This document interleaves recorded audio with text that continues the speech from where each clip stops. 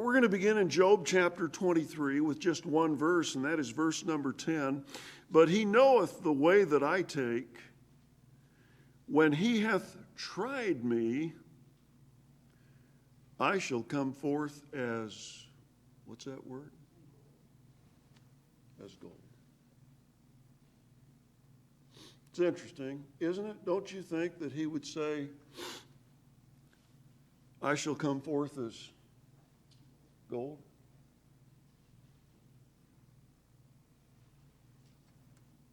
What does he mean, I shall come forth as gold? I mean, wow, Brother Cecil's got a gold nugget.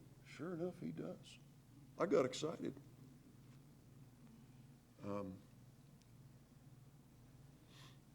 What is he saying? I shall come forth as gold.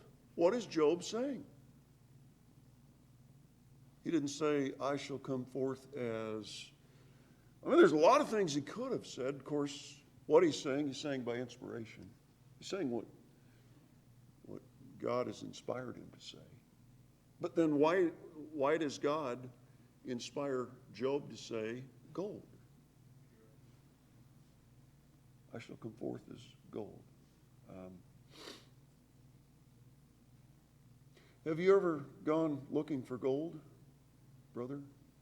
You have? You've gone looking for gold? Yeah.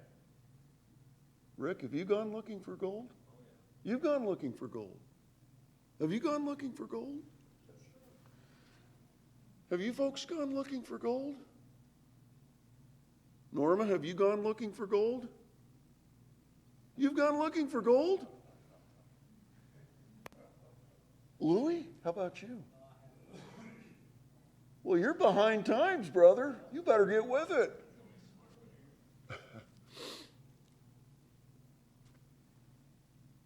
I've gone looking for gold with my White's, my late 70s model White's metal detector. Yeah.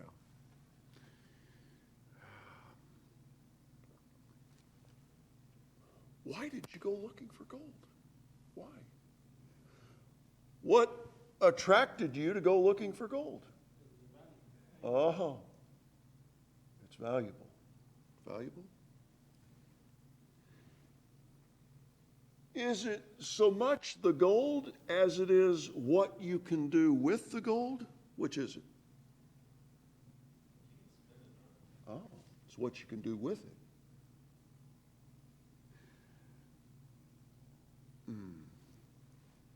Job, he's saying, I shall come forth as gold.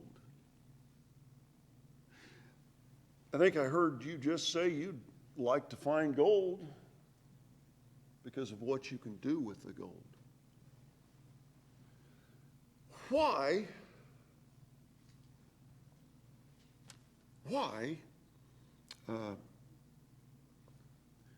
does God desire Job to come forth as gold? Could it be that when Job comes forth as gold, God can do a lot with Job that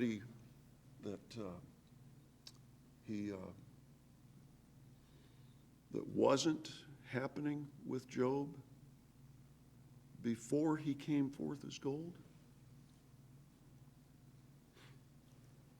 I think so.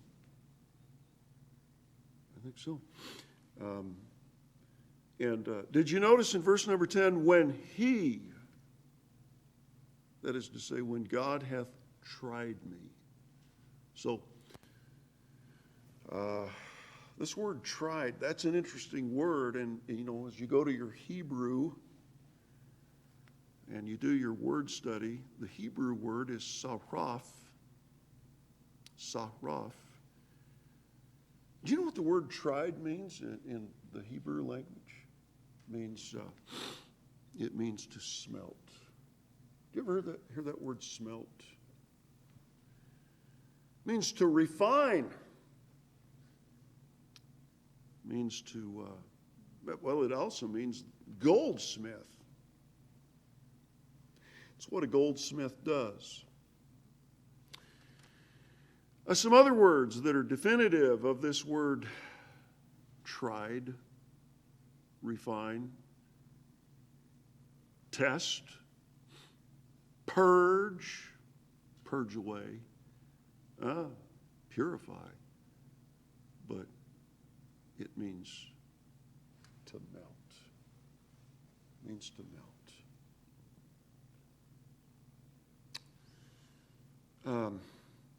Job, and this should encourage us, this is wonderful news. Job is saying when God gets done doing what only He can do in my life, I'm going to be more useful, more valuable to God.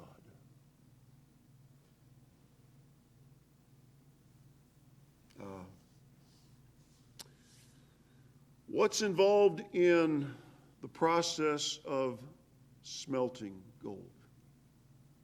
What is a key ingredient in the smelting process? Say fire. Fire, yeah. Yes, fire.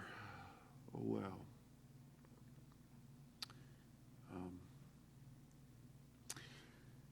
Look at Isaiah chapter 48, because Job is not the only one that is speaking this language.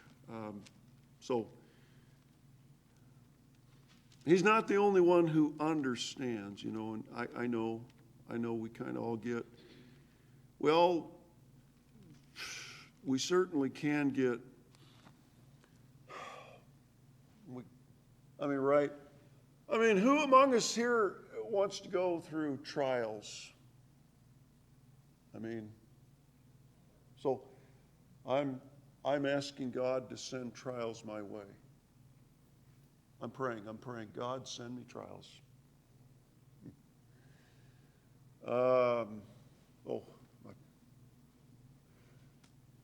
My hand isn't up, really. It's not up.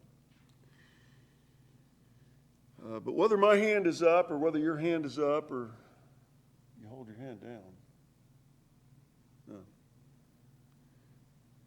God will send trials. But Job had it right. He's not being all negative about it. You get from Job's statement, it's really Job is encouraged. He's certainly beyond the trial, beyond the fiery trial. He's anticipating a greater purpose for his life. Isaiah chapter 48 and verse number 10. God speaking, the prophet writing, God the author, Isaiah the writer. Behold, I have refined thee, but not with silver. I have chosen thee in the what, church? Did you get that? That's the title of the message.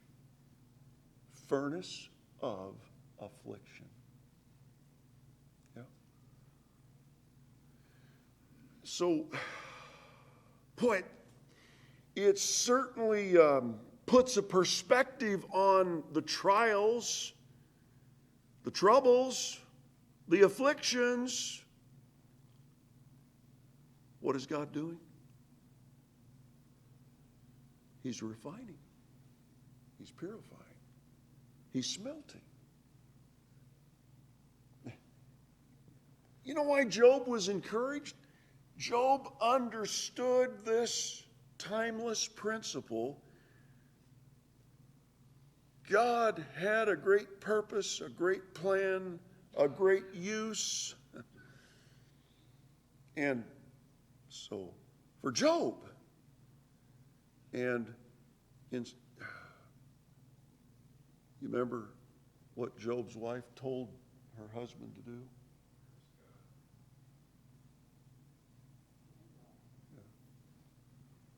Remember Mrs. Job? I don't judge her. I wouldn't dare judge her.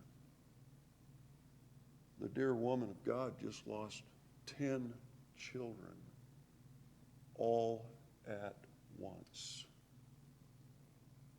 In one fell swoop, she lost all of her children. So she said to her husband, "Curse God and die." Did Job curse God and die? As they entered into the smeltering pot of life? No. And no, Job actually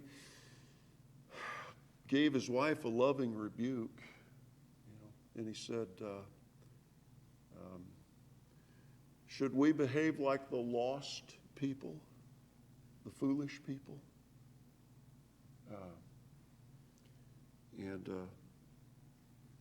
Job blessed God. Job continued to trust God, believe God, thanked God as he entered into the fiery trial, God's smeltering furnace of affliction. Is that what we do? Is that what you do? Is that what I do? When these fiery trials come out of nowhere. When everything, is not going well, is not going good, is not going right, is not going like, life is good, at least for me, when everything's going the way I like it to go, the way I want it to go. I don't know how it works for you, but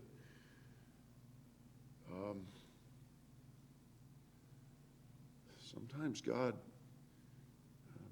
is going to do something, and it can't be done when life is going the way I want it to go, the way I'd like it to go. And certainly wasn't going the way Job wanted it to go. And so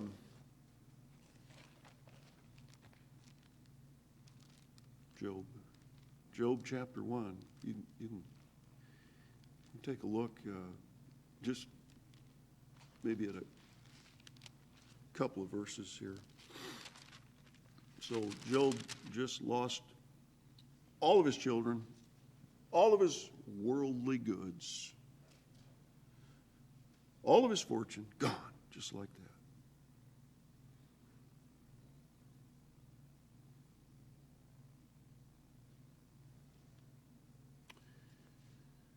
In Job chapter 1, verse 20, then Job arose and rent his mantle and shaved his head and fell down upon the ground. And what did he do?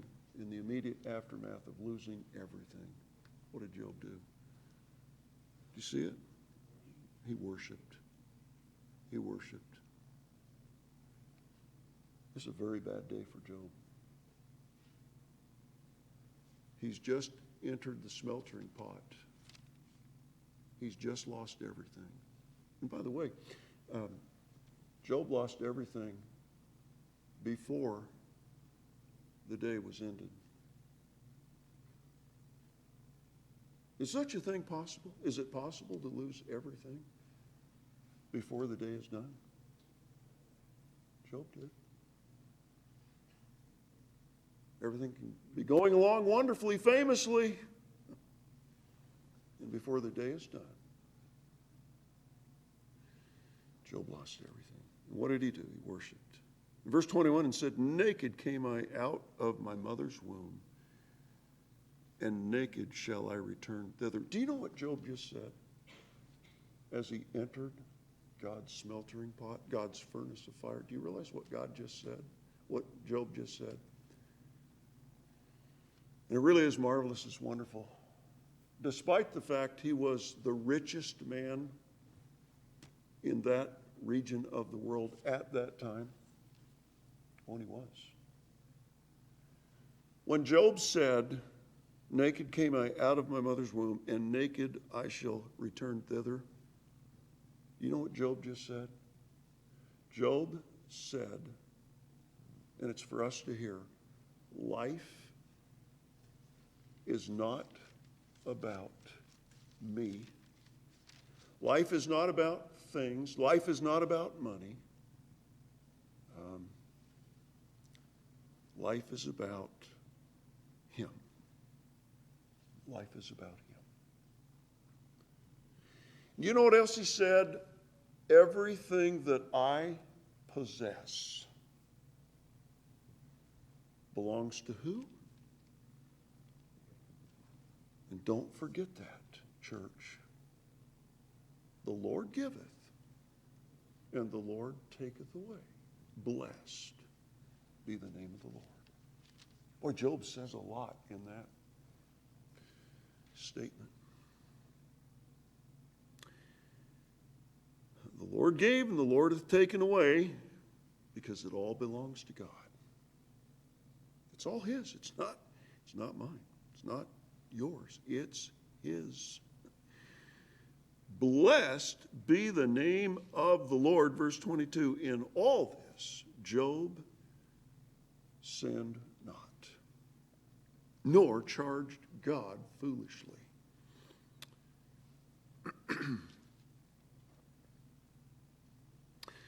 Chapter 2, verse 9. Then said his wife unto him, dost thou still retain thine integrity?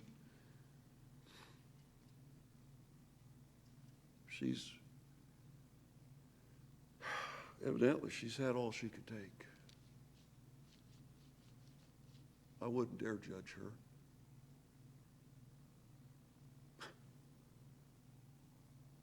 So she says to her husband, curse God. Renounce him. Deny him. Reject him. But see, Job had lost it all, but he refused to do what his wife wanted him to do, because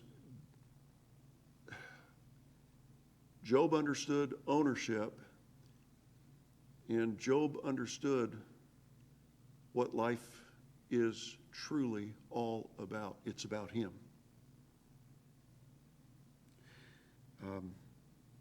Verse 10, but he said unto her, thou speakest as one of the foolish women speaketh. What? Shall we receive good at the hand of God, and shall we not receive evil? In all this, did not Job sin with his lips? How amazing is that? As he entered into the furnace of affliction, to smelt, to refine, to test, to prove, purge away, melt, purify.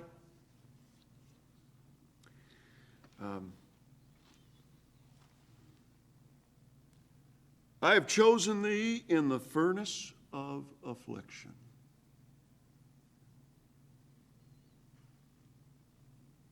In order for God's plan to come to fulfillment in the life of his child, in order for that to happen,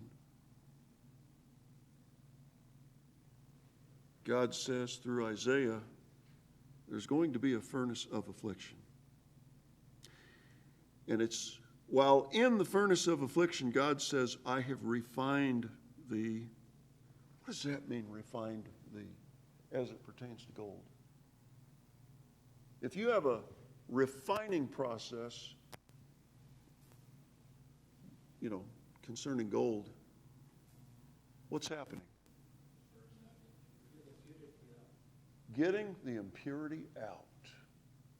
Why would a goldsmith want to separate the impurity from the ore? Why not leave the impurity in the ore?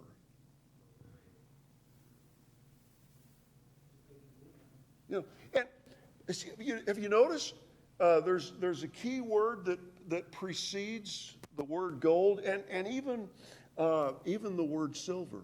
It's a key word. Have you ever noticed it's a 4-letter word? Begins with the letter F. Can you? Fine. You ever notice that?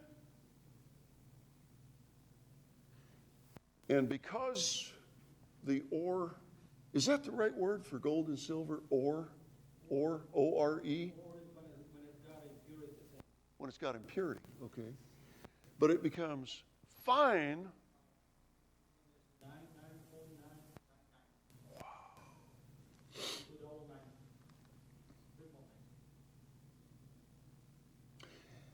And only when it's fine does it become truly valuable and useful. Only when it's fine. And in order for the ore to be refined, it must go through a furnace of fire. And then it becomes valuable. Did we look at Psalm 66 and verse 10? All right, let's see what we find in Psalm 66 and verse. See, Job understood this. See, Job's wife struggled to see what he saw, to know what he knew, what he understood. But Job understood that God has an incredible purpose and plan for our lives. And this is all preparatory. And Job trusted him, worshiped him.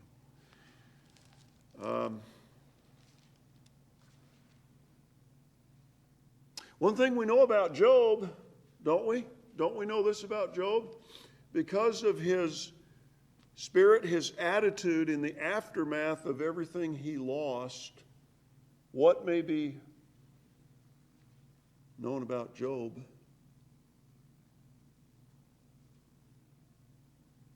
Who did Job love? Who was Job in love with? His money? His flocks, his herds? Certainly loved his children. He loved his children. But do you remember what Jesus said about if a man hates not his father, mother, brother, sister, son, daughter? Do you remember those words of Christ? It's not that Jesus wants us to hate our children, but it is that God wants us to love Jesus more than anyone else. You see, when we look at Job's reaction in the aftermath of losing his children, by the way, he did suffer a separation from his 10 children, but it was not an eternal separation. And God gave him 10 more children. So he had 20 children. God restored everything and more. Yeah, to Job. Wow. And here we are. God is using Job once again, because here we are. A lesson from the life of Job. Psalm 66 and verse number 10. For thou, O God, hast proved us, and that's one of the words that defines tried, saraf, the smelting pot. O God, thou hast proved us and hast tried us, smeltered us, as silver is tried.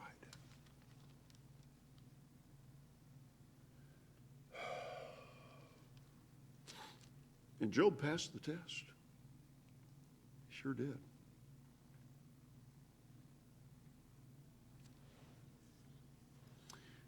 Isaiah 1, if you would, please. Isaiah chapter 1 and verse number 25.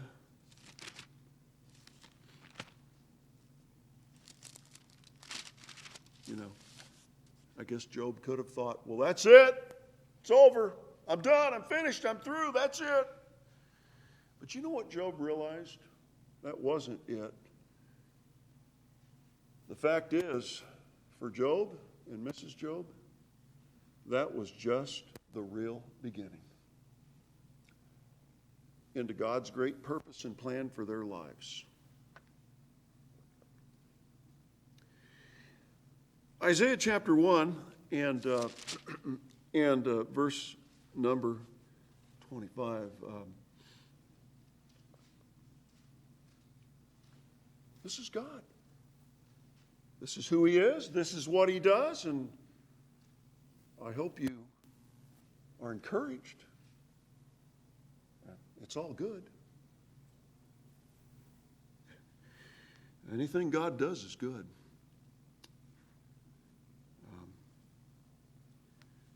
Now look at this, Isaiah chapter 1 and verse number 25.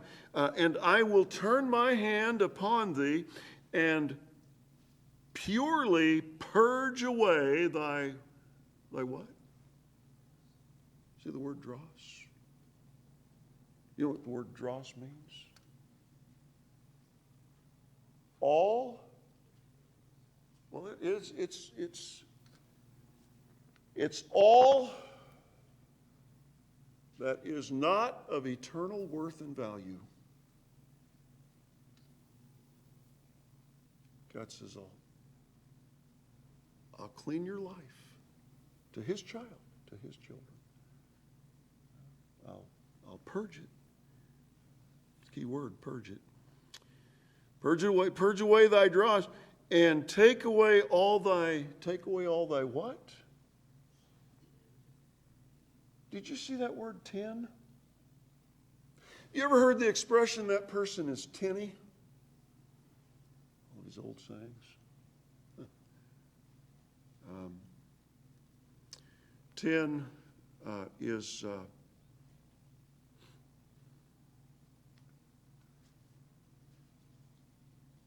tin is not steel. It does not serve God's purpose. God will take it away. All that does not reflect Christ, all that is not Jesus, all that is not of eternal worth and value, God says, I'll take it away. Wow.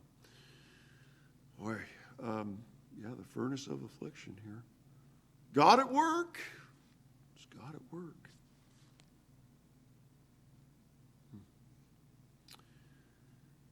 Look at this in Psalm chapter 107. Maybe this will help us.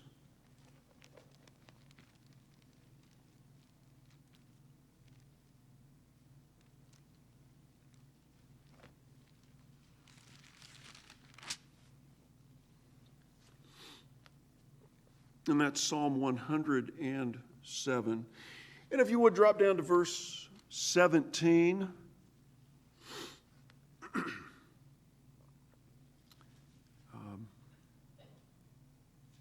Now, we've already, I think, read about the furnace of affliction. Emphasis on the word affliction. We did look at that. The furnace of affliction. And that's a key word. Psalm 107 and verse 17. And I'll read on a little while here. Fools, because of their transgression and because of their iniquities, are afflicted. Verse 19, then they cry unto the Lord in their trouble, and He saveth them out of their distresses. Verse 20, He sent His word and healed them and delivered them from their destructions. Oh, that men would praise the Lord for His goodness and for His wonderful works to the children of men. What is it that God desires? What is it that God is looking for? Verse 21, oh, that men would do what? Oh, that men would praise the Lord. Verse 22, and let them sacrifice the sacrifices of, what else is it that God is looking for from men? Beyond praise, He's looking for thanksgiving.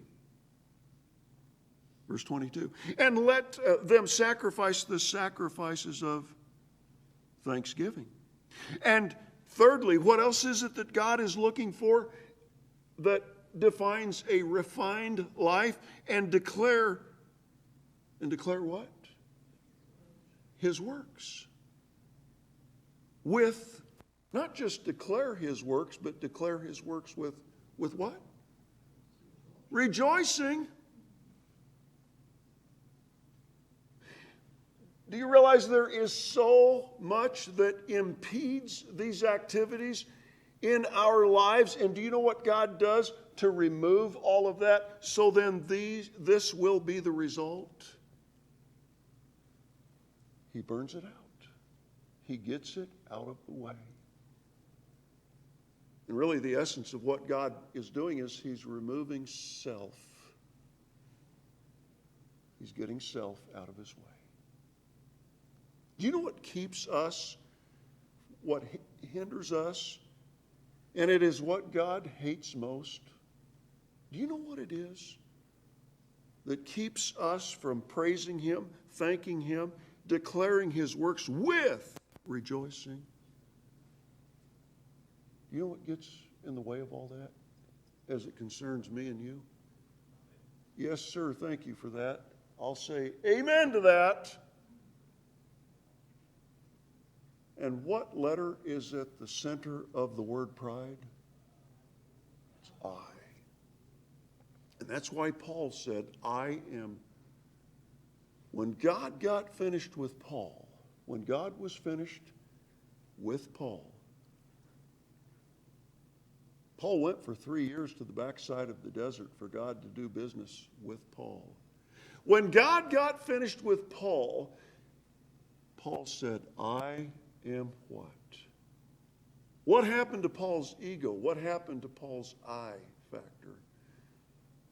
I am crucified with Christ. God got Paul out of his way. Have you read the life of Paul? Have you looked at what happened to Paul? You got to read about it. Corinthians chapter 11. Look at what Paul went through. Look at the description of Paul's furnace of fire. It's in Corinthians chapter 11. You ought to read about it. And when God finished with Paul, well then, Paul just didn't have a problem talking about Jesus. Paul just didn't have a problem thanking and praising Jesus with rejoicing. Because Paul received God's help to remove pride, out of the way. Yeah. Look at this. Verse 23 of Psalm 107. They that go down to the sea in ships that do business in great waters. Yeah.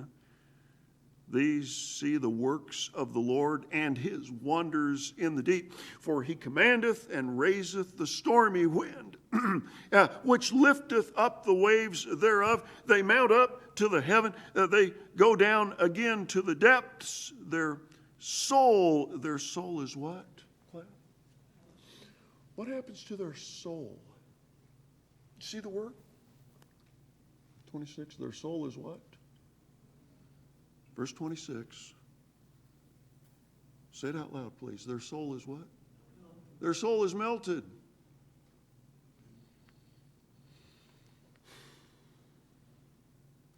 And how is it that God melts their soul? Because of what? The word affliction, Isaiah wrote about the furnace of affliction. The word affliction defined, listen to the definition of the word affliction. Causes pain or suffering, and listen to this. Did you know this about affliction? This is in the definition of the word affliction. Poverty. Would you have ever guessed poverty is a defining word of affliction? No, but there's more. Misery, trouble, and how about this one? Depression. Depression.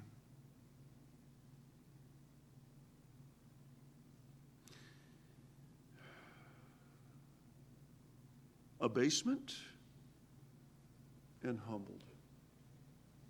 All of those make up the word affliction. Wow. Their soul is melted, verse 26, because of trouble. Now, why would God, pray tell, want to melt anybody's soul? Now, moments ago, you told me that fire, by the way, does fire melt the ore? Does the ore melt in fire? And what happens when the ore melts? When the ore becomes liquid, what you said separates? Wow. Isn't that interesting? The language of God's Word, the Holy Bible, what is it that God is purposing to melt? My soul and your soul. Because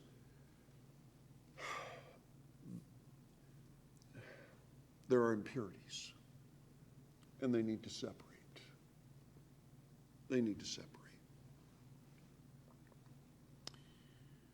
Verse 27, they reel to and fro and stagger like a drunken man and are at their wits' end.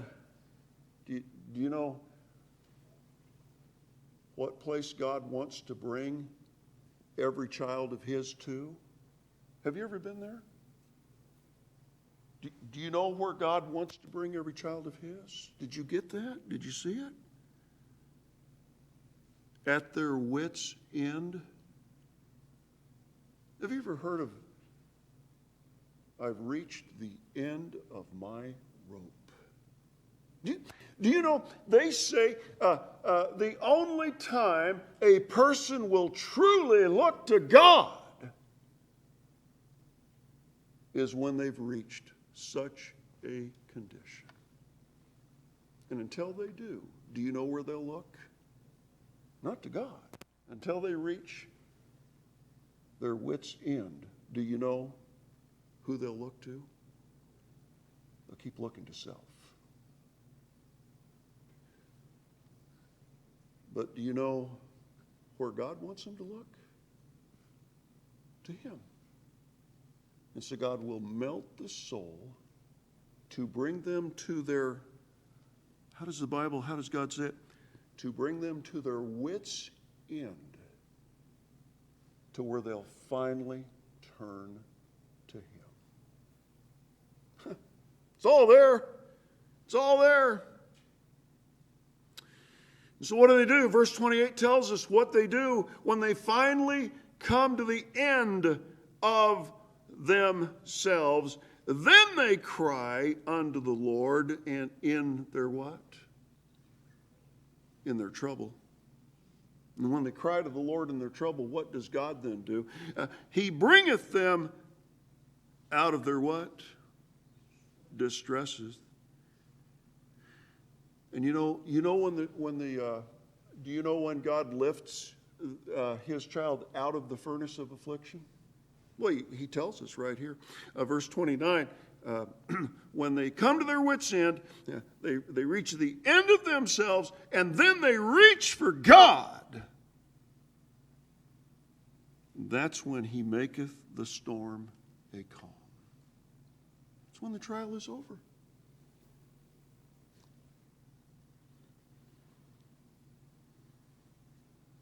So that the waves thereof are still. Verse 30, then are they glad, because they be what, class? They be what? They be quiet. That's the great benefit of coming to the end of your wits, crying out to God for help. That's when you enter into the peace, the rest, the quiet.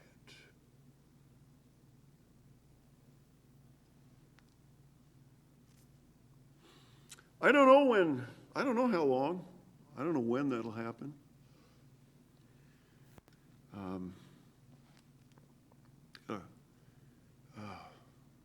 Clock on the wall. All right, Malachi chapter 3.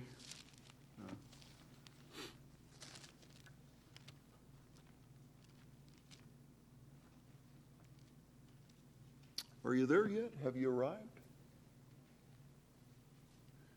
Have you reached your wits' end? Have you cried out to God for help? Or are you still looking to self to work it all out?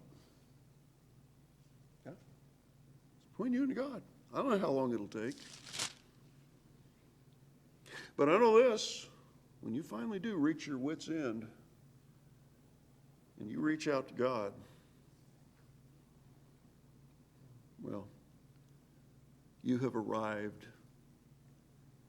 and you'll enjoy some quiet because God will end the storm. I don't know how long it's going to take. Somebody says, how long is this going to go on? I don't know how long it's going to go on. I just know when it's over. It ends when you reach your wits' end, you cry out to God, and you let him take over. Malachi chapter 3, and so we'll look at verse number 3. Malachi 3, verse 3. He, referring to God, he shall sit as a what, church? A refiner.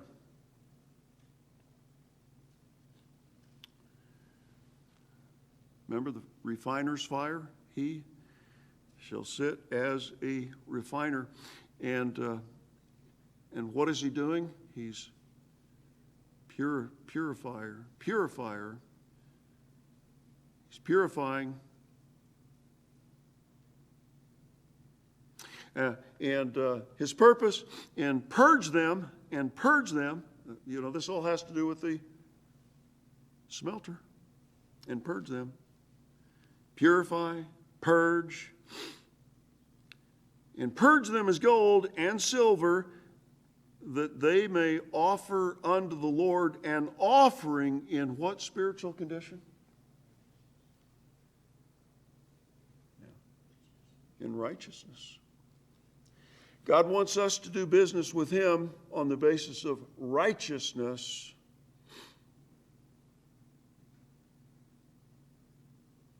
On the basis of being right with him, in right standing with him, thinking right, doing right, righteous.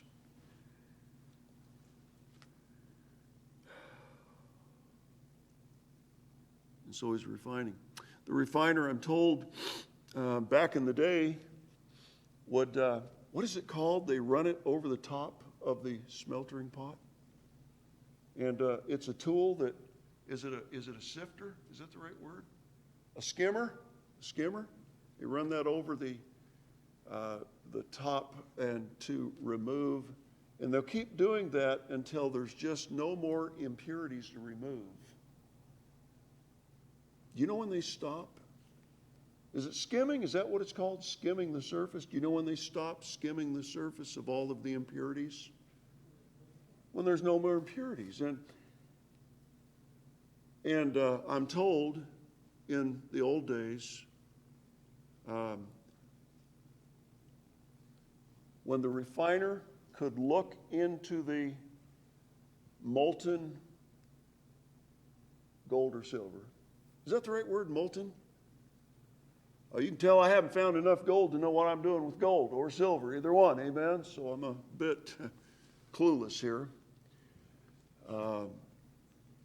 and they look into that molten gold or silver, and they'll stop skimming when they see a perfect image of themselves. When that molten gold or silver becomes a mirror of their own reflection. You know,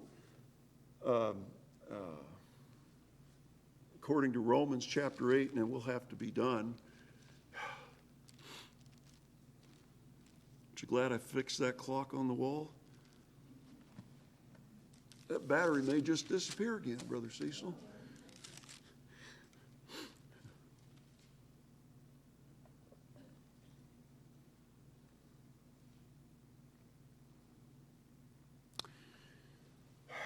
Romans 8 and verse 29, for whom he did foreknow. God foreknew that you'd be saved before you were ever conceived. God knew you'd be saved from eternity past. God knew everything about you that there is that can be known about you before you ever were.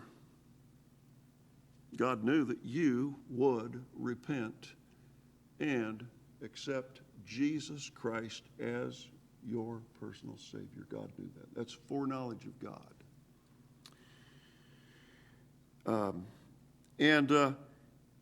For whom he did foreknow, he also did predestinate, and that's according to his foreknowledge, that you would go to heaven, because he knew that you would repent and accept Jesus Christ as your Savior. To be conformed to whose image? You know, if typically if you want to see an image of yourself, where do you go? What do you resort to see an image of yourself? I want to ask you a very personal question. I don't want you to be upset at me. It's private. Personal, but I'm going to ask it. How many of you here today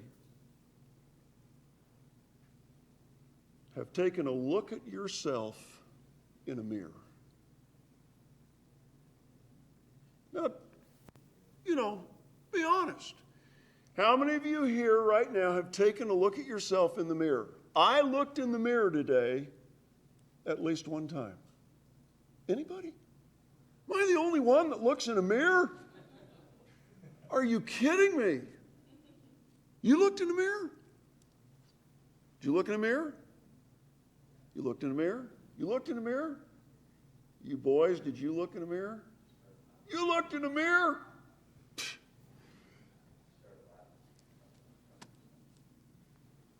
Do you know when the refiner will be finished with the work he's doing in your heart, in your life? When he sees a perfect image of himself, when he looks at you. And until then, he's sifting. He's sifting.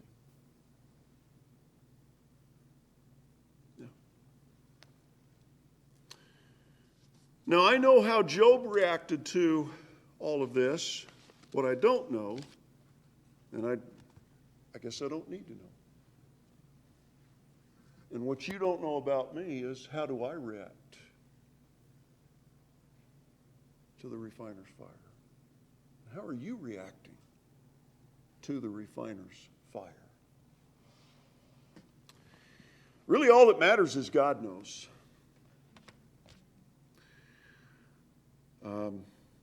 Affliction.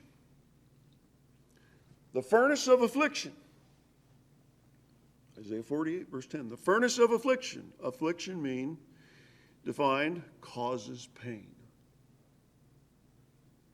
Suffering. Poverty.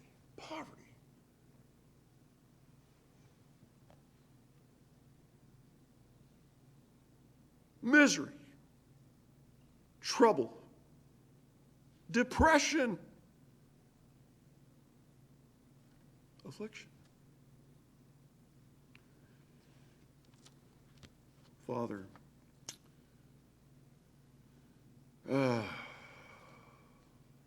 What an incredible example from Job. And thank you. While you do not, we don't know how long we're going to be in the refiner's fire. I mean, I can't stand here and give anybody a calendar date, an hour, a minute, and they can't give me an hour and a minute or a calendar date. But what I do know is, as you melt our souls by way of affliction, and we finally cry out to you, that's when the calm comes. That's when the storm subsides. And I also know you're removing impurities. You are dealing with the self factor, the ego factor, the pride factor. You're dealing with it all.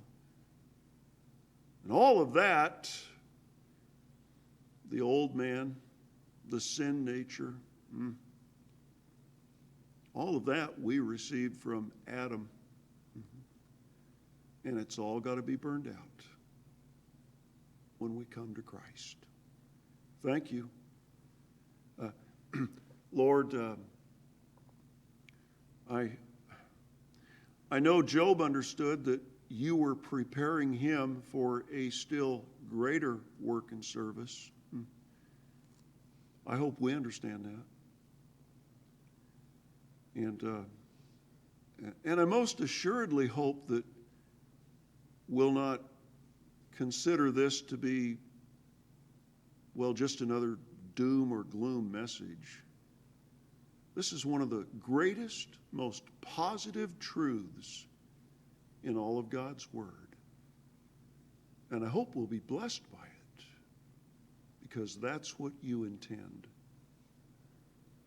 Keep working on Gateway Baptist Church. And so I guess what I'm saying is, Lord, keep working on me to make me what I ought to be. But not just me. Keep working on this entire church body to make us what we ought to be. And I know that when people come in here, you want them to experience Jesus. I know when you bring people into this assembly, you want them to see images of Christ. I know that when you bring people into this church, you want them to experience Jesus. Are they? Are they? Well, I know this, that until they are, you're going to be busy at work. Your smeltering pot, the furnace of affliction, until they see Jesus. When we walk out of these four walls and we go out into the workplace tomorrow, and we go out into the shopping places, and we go out into the places of business, and we go out into the neighborhood, oh, I know what you want everybody around us to see, to hear. But will they? God bless your word.